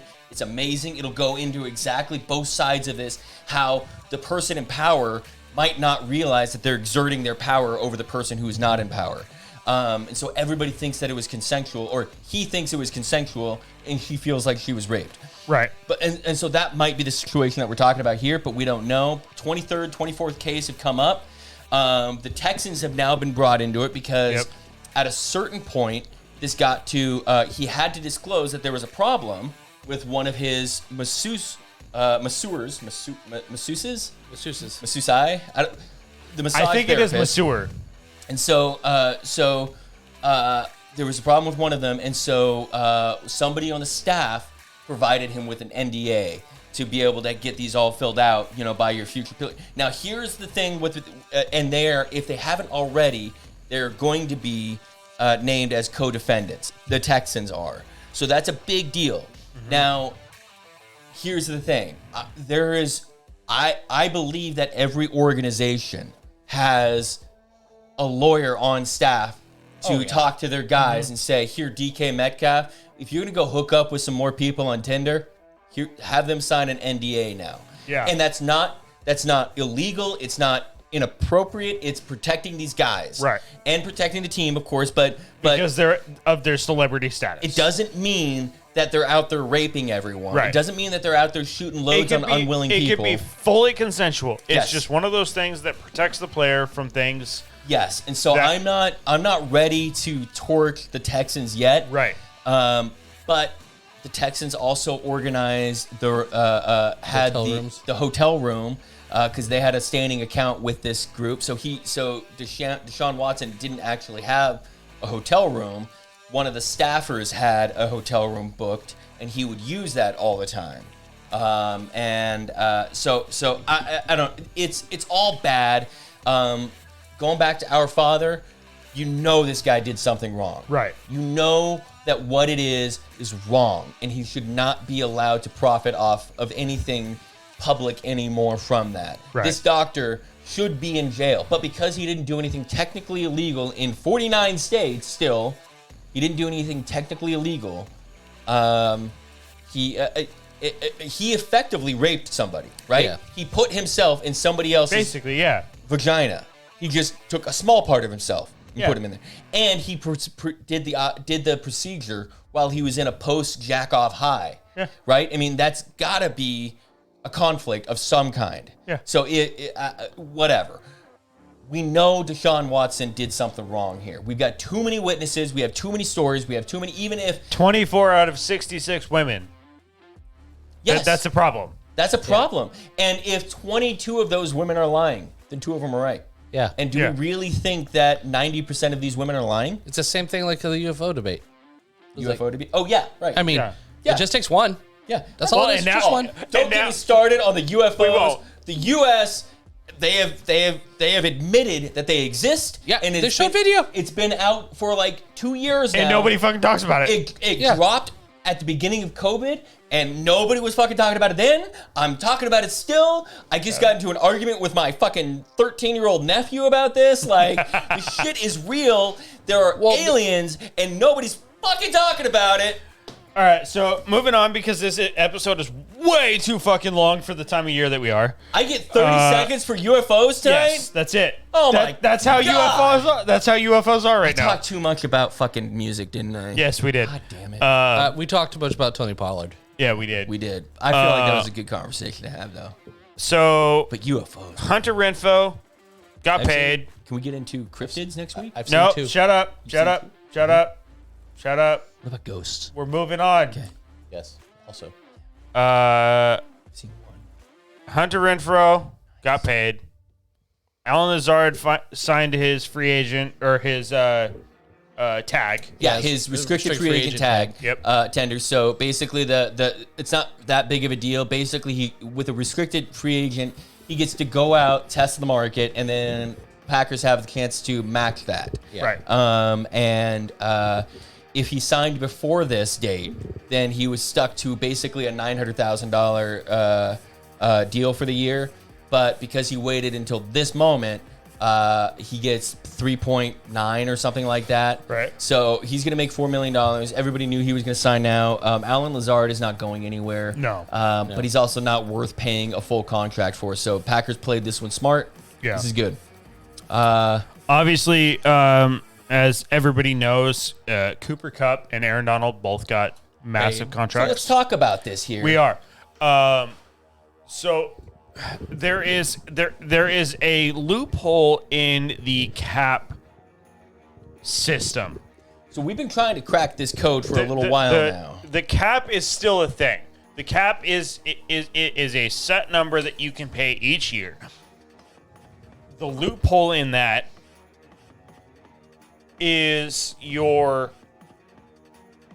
signing bonuses. Okay. Right? Okay. So do you guys fully understand how a signing bonus works? Yes. So the signing bonus is paid immediately and then is spread out evenly through the remaining years. For this year. Correct. So it doesn't all go against the cap for this when year. you look at Aaron Donald's contract, Aaron Donald went from making like $14 million or whatever it was, was a lot. which was a lot for his position. or 24 million over the next 3 years or whatever it was, or 40 million or whatever it was, to 95 million over the next 3 years. Yes. But if you actually look at his contract goes through 2026. It's 2 years longer than what his actual contract is. Okay. So there is two dead cap years basically. Okay. Of basic Dead cap has been the one thing that I have not been able to wrap my brain around. Are you about to unlock Yes. the secret? So basically, there are two voidable years, which they say voidable, but they're really not. Okay. In the sense that, so let me pull up Aaron Donald's contract. I had it up earlier. I don't know if I It's still have it. 95 million over the next 3 years, with 31 in compensation coming this year. Right, but so what is his signing bonus? Let me get that for you. 55 million over the next 3 years. So is it a $40 million signing bonus probably? If I'm doing math at the top of my head. Oh my God. He's being paid by a team that just paid his own quarterback. 46 million. Nope. I've got it right here. So his signing bonus for this year is 13 million. Okay. And then he has 5 million of signing bonuses over the next 4 years following. So every year he gets another $5 million Correct. signing bonus? Correct. Interesting. So the way this works is if something happens and Aaron Donald cannot, if they for whatever reason like just part ways with Aaron Donald, which he can't be cut. So Right. I don't really know how that would work. Right. But the dead cap this year for Aaron Donald's contract, $73 million. So if they void it, then it hits. Correct. Okay. So that would be dead cap against the salary cap. It's like deferred interest. You're pushing your payment off to later. So if it does a fruition, that is the exact way it was explained. It is just like a credit card. If you are paying just the minimum balance for your credit card, yes, you are making the minimum payment that is needed. Yeah. But at some point, you are going to have to pay off. I misspelled my own last name on that board. Roble. Oh, fuck, man. If you are making your minimum payment, at some point that entire balance is going to be needed to be paid. Yes. So that is basically what the voidable years are doing. Is it's making a 3-year contract actually a 5-year contract. Okay. So it makes it so you are spreading out that signing bonus. The reason why that is an issue for some teams, I think the Saints got in trouble with this.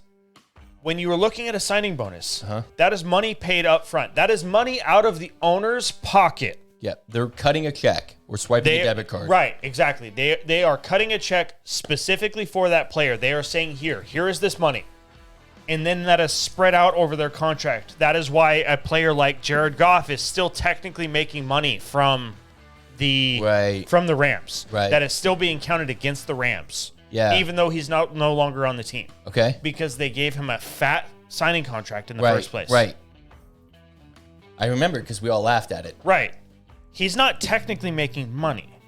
He already made the money. He already made the counting money, against but it's them. counting against them. Okay. Okay. So that is why the salary cap is still a thing. It's not a luxury tax. It's not anything like that. It's that upfront money, which not every owner can do. Right. Not everybody can There swing. are owners that would like that salary or that signing bonus cap to be, or that signing bonus number to be capped. So that way you can only sign, or you can only do so much in signing bonuses a year. Yeah, but yeah. then you have players, or you have owners like Jerry Jones that say, nah, fuck that. Right, and so because he's got deeper pockets than most, so and most importantly, he's got the single say so. Yeah. Versus a team like Dolphins are have like three different owners. Such as an Green ownership- Bay. Green Bay, who's actually a publicly owned team, so there's Correct. a board of directors Correct. that has to approve it, or Seahawks, where there's a foundation that has to approve it, or Dolphins ownership have- groups. Yeah, Stephen Ross. and, Whereas like, a why couple you other don't investors. see those teams making these big signing bonuses, but that's why you see the teams like the Rams Yeah, that are singularly owned owned. by one guy. Yeah. Who is it? I don't even remember who it is right now. But Les Snead is the GM, right? Yes. But they are singularly owned, so they can sign these these fat signing bonuses that then get spread out. So yes, Aaron Donald's contract is a 3-year contract, but technically it's a 5-year contract. Right. So he gets to spread that out more. There's 3 years with 2 voidable years, which those are just there as placement holders. Yeah, so they're going to void those. Spread those signing cap or those signing bonuses out. So like the 2 years after the 2 years after he's done at that point, they are paying almost $12 million a year for Aaron Donald. Basically, that's like you traded your car, but you're still going to make the payments until it's done paid. So the difference in that is a team like the 49ers who took Jimmy Garoppolo. Yeah. They took Jimmy Garoppolo when they had a ton of cap space. Right. They signed him to a huge first-year deal. Right. I remember this. It was a $40 million deal, not signing bonus, but an actual salary. Okay. So that's why he's technically owed like $29 million this year. But if they cut him or release him, it's like $1 million. Right. Because they didn't have the signing bonus. Yeah, they don't owe him anything because he's already been paid. He's been paid his money in salary. So the cap wise, if you're in a cap friendly situation, you don't want to do a signing bonus. Right. You want to do a high first year salary. Like I said, a signing bonus is split evenly among however many years that it is. Right. So right now, if you're Washington, if you're Seattle, if you're who's the other guy, Debo, if you're San Francisco, and you've got cap space, if you're one of those teams and you have cap space, which I don't think any of those teams do, but the point is if you do have cap space. Well, but then you have to look at it with San Francisco. If Jimmy Garoppolo is on the roster as of the start of the season, that's $29 million or whatever. Yeah. If they cut him at some point throughout the offseason. Which they will do because they're not going to pay him $29 million. I promise you that. That's $28 million in difference that they will then have in their cap. Exactly. So now they've got $28 million that they've got that's on the books right now that will not be on the books. And then they can go to Debo and they can say, look, we're going to pay you $28 million this year, and we're going to pay you $16 million a year after that. Right. Instead of doing a signing bonus, so that way it doesn't spread it out as big over the years, because they could do a $50 million signing bonus, which pulls money out of their pocket. They got to pull out a checkbook, write $50 million, put it on the table. So, fuck, man. It's one of those things where if you are a rich owner, a singular owner in these teams that, especially these newer owners to the league that all have these super deep pockets, you can kind of pay for your team now, but it's going to come back later on. Yeah. But it's like that when you look at the Patrick Mahomes, when they said that 10-year, $500 million deal is team friendly, really it is. Yeah, so I don't remember on that one. That one was, what was the signing bonus on that one? I'm pretty sure it was pretty big. I'll look it up real quick, but that's why it was one of those. He got paid early. Let's see, his first year.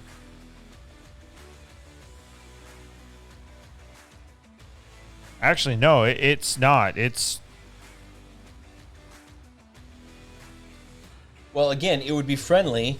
It would be friendly if it was not. See, but the way his is actually structured is like this year, his base salary is like $1.5 million, and then his roster bonus is $27 million. The next few years is where it gets expensive. 2027. His roster bonus is $49.4 million. Jesus. Yeah, but that's 2027 when every quarterback in the world is going to be getting paid $50 million a year. Right, but then after that, it's 30, 23, 22, 13. Yeah. So when you look at it in that aspect, the way that it was laid out, he's making a lot of money over a lot of years. Yeah. But it's really not that bad when you're looking at the fact that right now quarterbacks are starting to make $50 million or close to $50 million a year. Right.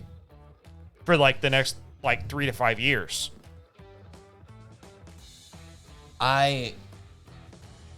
Okay, so that makes a little bit more sense in terms of the Rams and what the Rams have been able to do. That's why the Aaron Donald contract is technically saving them money because they sign him to a larger signing bonus, and then they spread it out over his contract. So it actually it does free up cap space because they're saying, hey, we'll write you this check right now. Yeah. That'll get paid out over the next 5 years.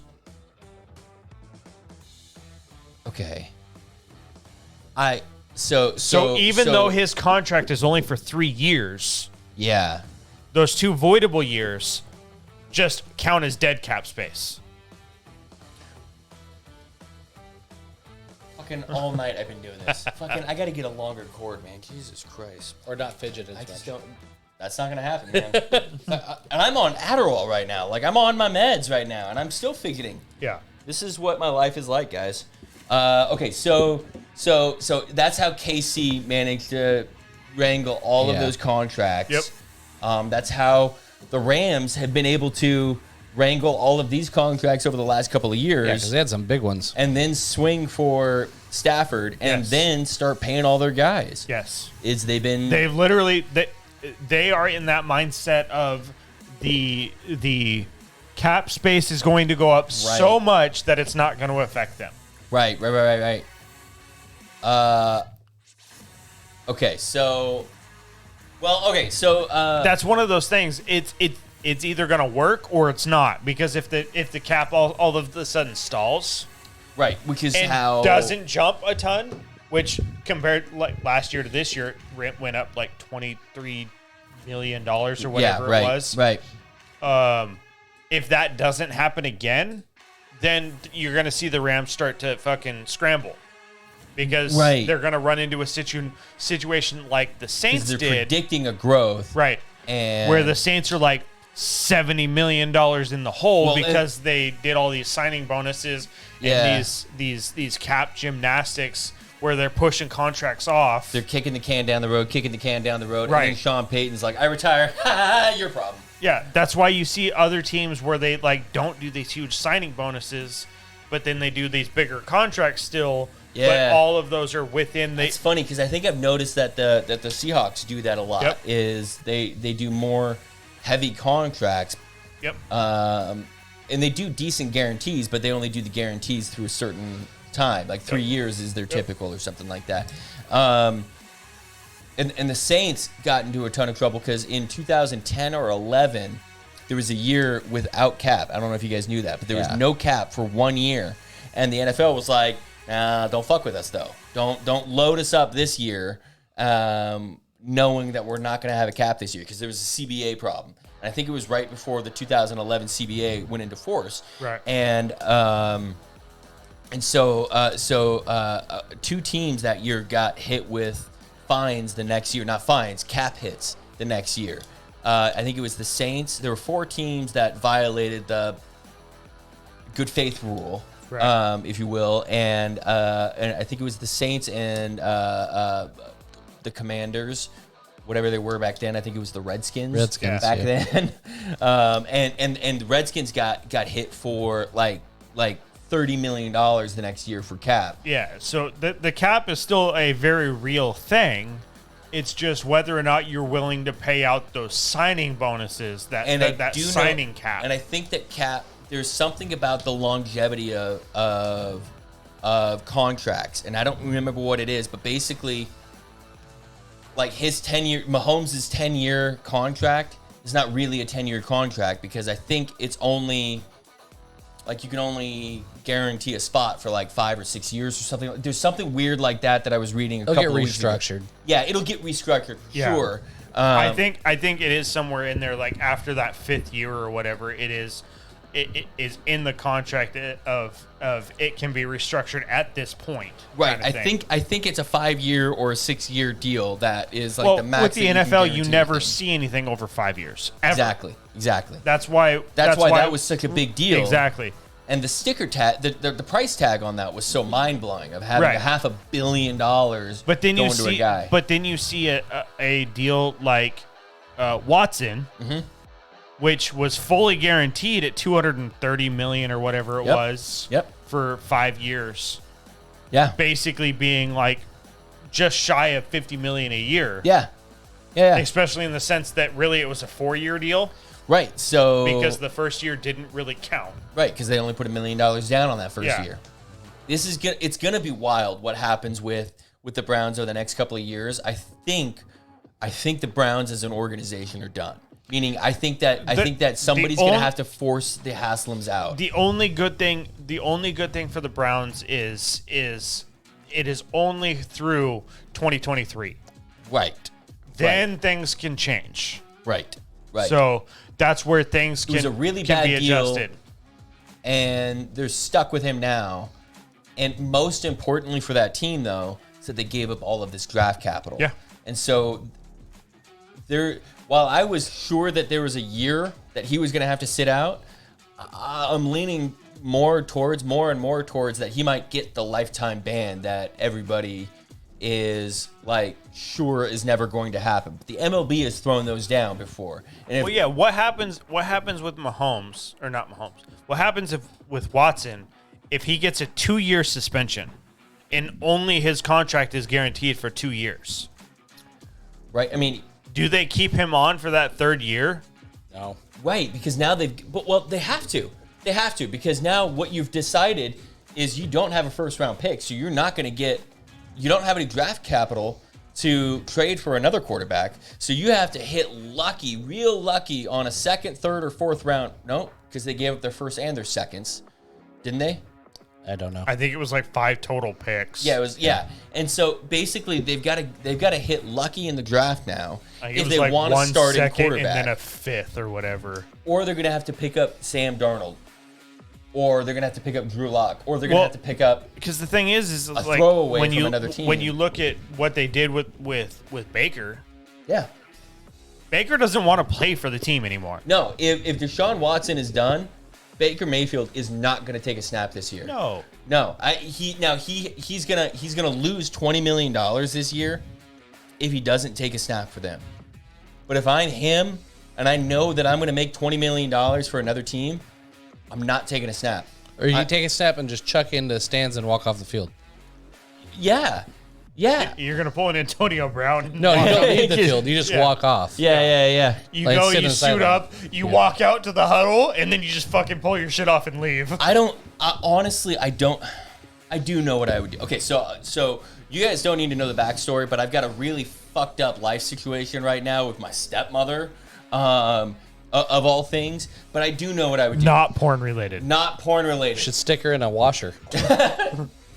No. Again, not Dear porn God, related. no. Not porn related. I wasn't Dear talking God. about porn. I was just talking about turning it on and drowned her. All right, so Freaking with degenerates. I like how somehow you're not the bad guy and you were talking about drowning her. Okay, so Shouldn't have gotten in the washer. So I would, if I'm Baker Mayfield, I would come out there and I would play because I would take the high ground because that's how I was wired to do. I was wired to take the high ground, and I would come out there and I would play for this season and I would play my ass off for this team. Well, that's what he Because did I- last year, though. Because I would play my ass off for the guys in the locker room. Yeah. You're not fighting for the general back in DC. You're fighting for your guy in the trenches next to you. Well, how about the fact that you saw that they're trying to get OBJ back on the team? Does OBJ have any chance of come back on that team? He's there's been talk about it. Oh my God! What if they sign OBJ and then Baker's ends the up being the quarterback for the year. Well, whole shit starts McVay again. said he had I'm just gonna hold this the rest of the made a night. deal made with OBJ. I've totally We're fucked almost this thing done. over. Yeah, We're it's almost done. Yeah, We're done. Made a deal with OBJ if he crashed his wedding, he had to re-sign with the Rams, and OBJ ended up crashing McVay's wedding. So, Nice. Okay. All right. well, Scott's broken enough stuff tonight. I've basically Yeah, broken all yeah. of my equipment. I've So we're gonna ruined go a ahead and light. just, before the show, our refrigerator, our refrigerator died. died, so we've now had a refrigerator, a light, and a mic stand die. Yeah, this is not great, guys. Oh God damn it! Here we go. Yeah. All right. So we're gonna go ahead and just go ahead and shut it down before anything else in a hole. happens. There you go. Oh, he hit it first try too. He didn't fuck around. Dude. No, he He's does just not. right for it. Didn't miss the hole. There's another hole right there. that's a little bit tighter. He didn't even try. Didn't even try. Just went right for the main hole. Yep. And I respect that about you. You know, you didn't take advantage of me. I was in a vulnerable That comes after the massage. I'm going to do that from a standing position. Fuck. All right. You guys can follow us on Twitter. Rick, you are at FF Mechanic. Yep. Frodo, you at Hobbit's Revenge. Yep. I am at Fantasy Unclean. Yep. You can also follow this guy at Hobbit's Revenge on Twitch. Yep. And that's where you can see us all play video games. And TikTok. And TikTok. And yell, fuck you. And yell, fuck you. Yo, I fucking love that part of it. I know, that was such a good video. His last video was really good. You guys got to go find it. All right. Are we good? Yeah, we're good. All right, homies. We will see you guys. 2 weeks. 2 weeks. 2 weeks. End End of June. of June. Yeah, last week of June. So we'll see you guys next week. Peace out.